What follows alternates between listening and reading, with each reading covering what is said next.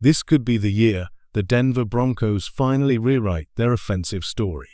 After years of frustration, hope has arrived, and it comes with game-changing news ahead of training camp, powered by fresh analytics that could signal a true turnaround. Broncos country has been waiting for this moment. The offense has carried the weight of last season's failures, especially in two painful areas: the ground game and the tight end production. Today, we're diving deep into both, starting with the glaring issue that defined last season: the rushing attack. It was worse than most realized, much worse.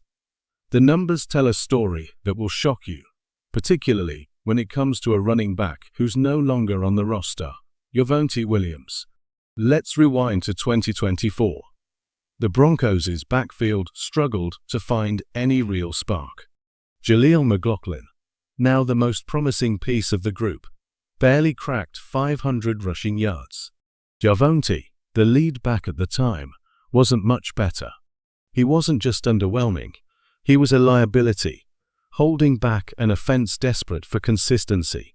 And the advanced analytics back it up. According to Sharp Analytics, Javonte's inefficiency wasn't just a rough patch. It was a major reason why Denver's run game couldn't keep up. These numbers reveal just how badly the Broncos needed change. And now, with Williams gone, that change might finally be here. The numbers don't lie. And for Javonte Williams, they paint a brutal picture. 46th out of 46 in yards after contact per rush. 44th out of 46 in longest runs. 42nd out of 46 in yards per carry. Even his fumble rate ranked 39th, and his stuff rate came in at 33rd. Every time he touched the football, the offense stalled. Simply put, Denver's ground game gained by subtraction the moment Williams left the roster. This isn't about disrespect. Javonte was once a fan favorite, but 2024 left no room for excuses. The Broncos needed change, and they acted fast. Enter J.K. Dobbins and R.J. Harvey, two new faces brought in to breathe life back into the rushing attack. Dobbins is proven. When healthy, he's an every-down workhorse. But the name-generating real buzz in Denver is R.J. Harvey. Harvey isn't just another rookie. He's the prototype of the modern NFL halfback, built for 2025. Analysts across the league believe Harvey could become the most impactful addition to the Broncos offense. Not Pat Bryant. Not a second-year leap from Marvin Mims or Troy Franklin. Harvey is the X factor. Why? Because in college football last season, Harvey was the #1 outside runner in the entire country, averaging a staggering 8.2 yards per carry when bouncing runs to the edge. That explosiveness is exactly what Denver's offense lacked in 2024. To put it in perspective, last year, Denver's top 4 rushers, Javonte Williams, Jaleel McLaughlin, Audric Estime, and quarterback Bo Nix, combined for success rates that barely cracked 40%. Javonte, the lead back, posted just 35%. Simply put, the ground game couldn't get it done. Now, with Harvey and Dobbins in the backfield, Denver finally has the firepower to change that narrative. Last year's rushing efficiency wasn't just bad, it was a glaring weakness. For perspective, Saquon Barkley posted a success rate north of 78%, while Denver's lead back barely managed half of that. You don't need to match the league's elite, but you can't fall that far behind and expect to compete. Sharp Analytics took an even deeper dive, breaking down Denver's rushing success by direction, left, middle, and right. The results? A sea of red. The Broncos found their only consistent success running through the B gap on the right side, but everywhere else, left runs, inside runs, short yardage power plays, were painfully inefficient. This weakness bled into the red zone. Denver ranked 13th in third down conversion percentage, a respectable number, but their EPA per rush in the red zone plummeted to 19th. The defense knew what was coming. Unable to run the ball with confidence, Denver became predictable, allowing opponents to sit back in coverage or bring heavy pressure when it mattered most. But this is where the tide turns. J.K.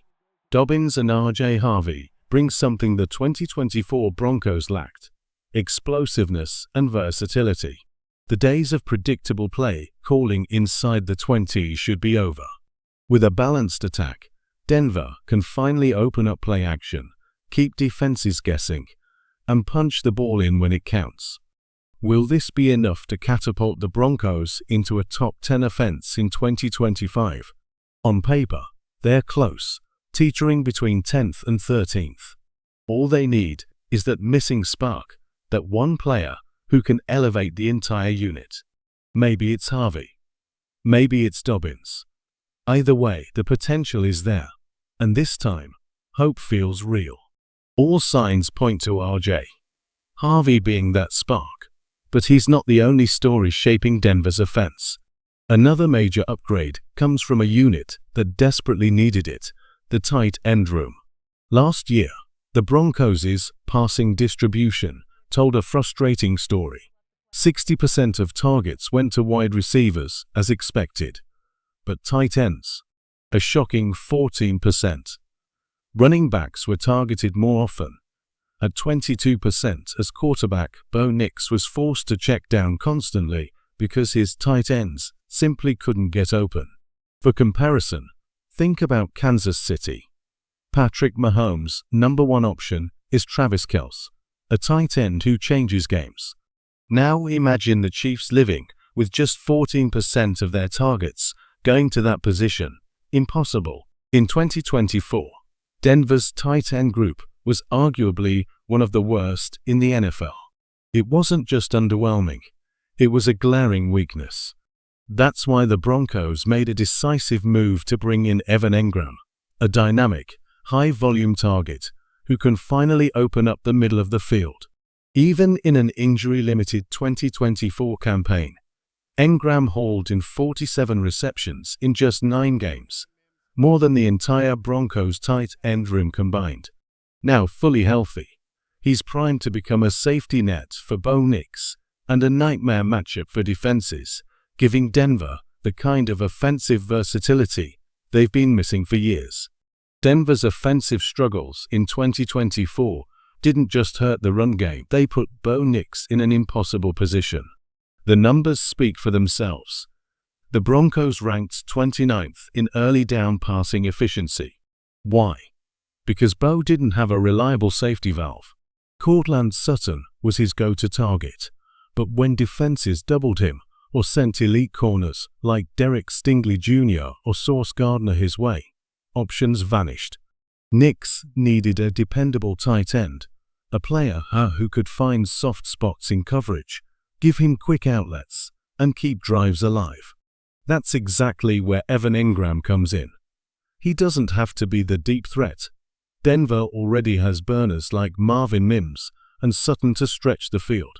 Engram's job is simple: run precise stick routes, move the chains, and be that consistent middle-of-the-field presence Bo lacked all last season. It's not always about highlight reel plays. Championship football in 2025 is often about methodical drives, stacking short gains, wearing down defenses, and striking deep when the opportunity comes.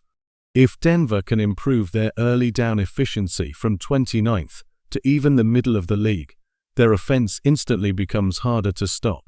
For Nix, that means confidence.